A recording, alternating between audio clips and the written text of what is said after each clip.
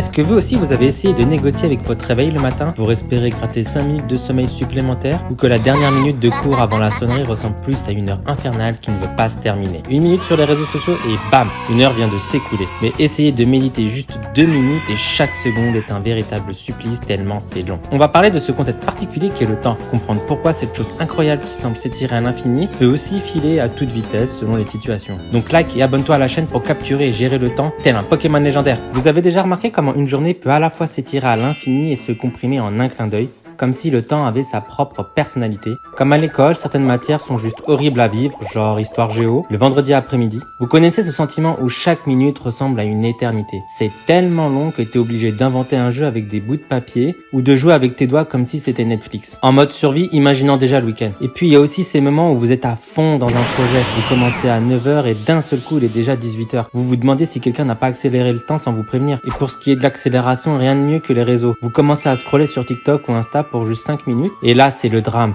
Vous relevez la tête et une heure a disparu, comme englouti par un trou noir. Qui a dit que le voyage dans le temps n'existait pas? Une fois j'attendais les résultats d'un examen avec impatience. Les jours précédant l'annonce étaient interminables. Chaque chose que je faisais semblait me rappeler cette attente. T'as ton examen? Il va y arriver. Tu l'as ou pas? T'as ton examen? T'as révisé? Et dès l'instant où j'ai reçu les résultats, c'était le soulagement. Toute notion du temps avait disparu, c'était comme si toute l'attente n'avait été qu'une illusion. La pression diminue et ouf, le soulagement apparaît. Les scientifiques nous disent que notre perception du temps est intimement liée à nos émotions. Un moment de pure joie et le temps s'accélère, nous laissant à peine le temps de savourer l'instant présent. À l'inverse, l'ennui et l'anxiété ralentissent le temps, ce qui n'explique pas pourquoi quand je stresse pour réviser un examen à la dernière minute, le temps ne s'arrête pas, hein. Alors comment pouvons-nous apprivoiser ce temps? Peut-être en commençant par arrêter de penser et de se concentrer sur l'instant présent.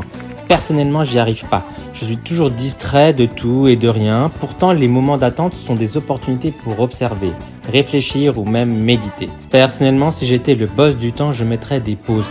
Genre un bouton pause pour savourer les bons moments, un peu plus longtemps, et un bouton avance rapide pour zapper les galères. Et vous, si vous aviez le contrôle, vous feriez quoi? N'est-ce pas finalement le temps qui tisse la toile de nos souvenirs? Ce serait comme un Spider-Man temporel qui marque nos jours et les grave dans notre mémoire. Vous êtes-vous déjà demandé pourquoi certains moments restent gravés dans notre mémoire alors que d'autres s'évanouissent comme s'ils n'avaient jamais existé? Rappelez-vous ces moments de réussite comme le jour de remise des diplômes par exemple, avec la fierté qui gonfle le cœur, un moment suspendu dans le temps. Chaque détail de cette journée semble encore palpable, gravé dans notre mémoire. Ou encore ce jour où vous avez réussi un projet important.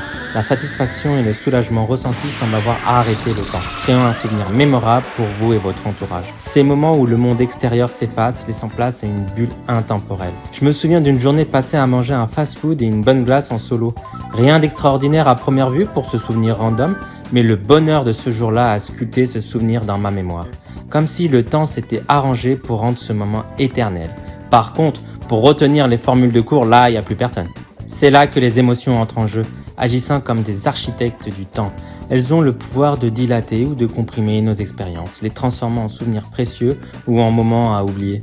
Si je pouvais capturer le temps dans une bouteille, chaque souvenir serait une perle lumineuse. Mais n'est-ce pas ce que nous faisons déjà à travers nos souvenirs? Comment est-ce que vous percevez le temps? Y a-t-il des moments que vous aimeriez revivre ou d'autres que vous préféreriez oublier à jamais? Nos souvenirs tissent une trame temporelle unique, c'est évident. Mais dans cette ère du numérique, c'est souvent à travers un écran que nous capturons et revisitons ces moments. Avez-vous déjà calculé combien de temps vous passez sur votre téléphone ou devant l'écran? C'est fou comme les technologies modernes peuvent étirer ou comprimer notre perception du temps. D'un côté, on peut apprendre en pyjama et de l'autre côté, difficile de rester concentré entre deux notifications. Le temps d'études se perd entre les onglets ouverts, les jeux et les micro-siestes de la journée. Ou encore les réunions en visio qui pourraient être condensées en un seul mail. Ça va rallonger votre journée de travail pour rien, alors que paradoxalement, les échanges rapides par messagerie instantanée vous font filer les heures à toute vitesse. L'excitation, l'attente ou même la frustration face à la technologie influent fortement notre perception du temps. Un jeu vidéo captivant et c'est toute une après-midi qui s'envole sans qu'on s'en rende compte. Un événement en streaming peut transformer une soirée solitaire en un moment de connexion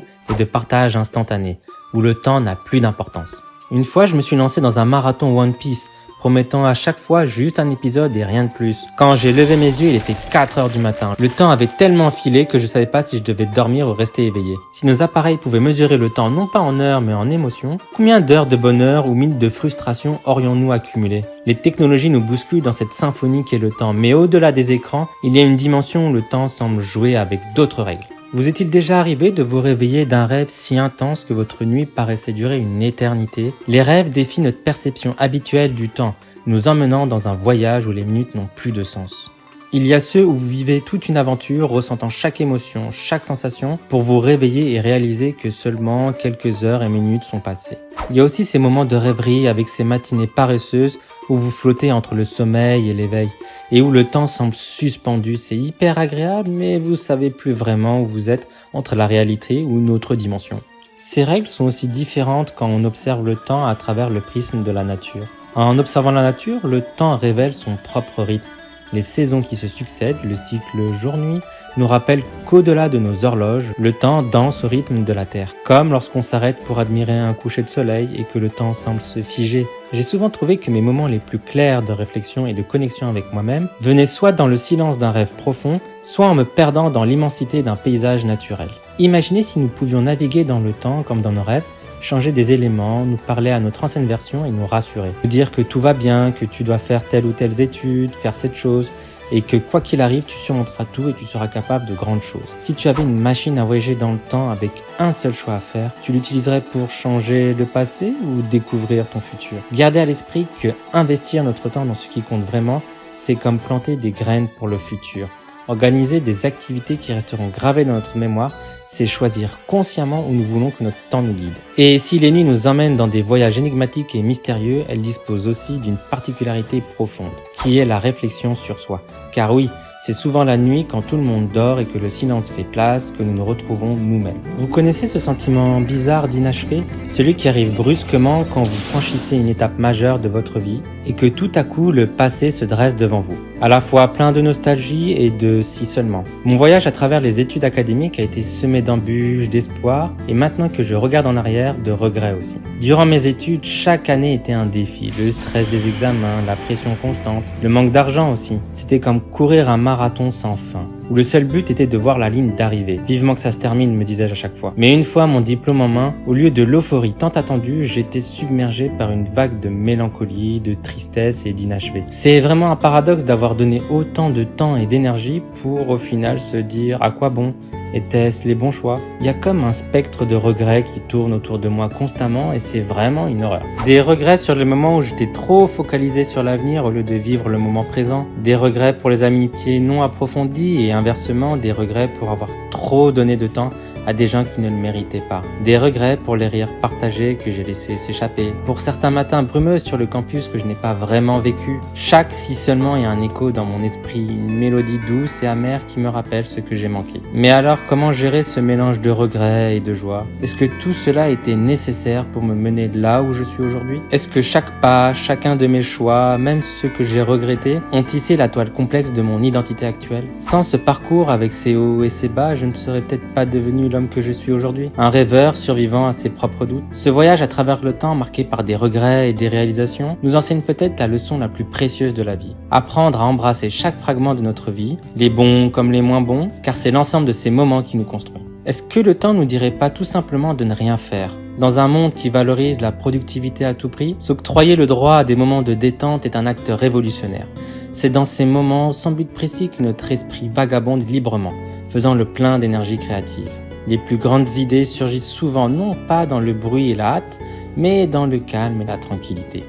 Offrir à notre esprit l'espace pour explorer, rêver et connecter les idées, c'est reconnaître que la créativité est un processus qui nécessite du temps.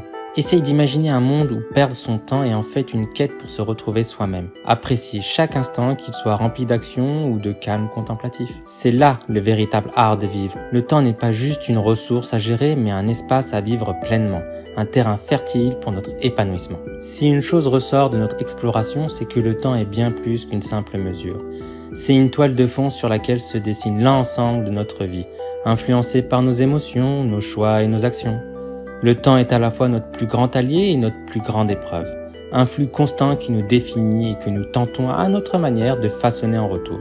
Je vous invite à voir le temps non pas comme un ennemi à battre ou une ressource à optimiser, mais comme le terrain de jeu de votre vie. Prenez le temps de vivre, de rêver et d'apprécier. Souvenez-vous que les moments les plus précieux sont souvent ceux qui ne sont pas planifiés. Ce sont ces moments-là qui nous surprennent et nous remplissent de joie. Chaque expérience, bonne ou mauvaise, contribue à notre croissance personnelle. Rappelez-vous que le temps est le tissu sur lequel nous brodons l'histoire de notre existence. Faites de chaque seconde un fil d'or, tissant un récit qui vous est propre. Et c'est justement grâce à ça que j'ai une anecdote incroyable qui m'est arrivée. Mais ça, on le verra dans une prochaine animation. Salam animé à toi. J'espère que la vidéo t'aura plu. Partage-moi en commentaire si tu as des regrets que tu aimerais changer. N'hésite pas à t'abonner, liker et à me suivre sur les réseaux sociaux. Sur ce, je te dis à bientôt pour de nouvelles animations.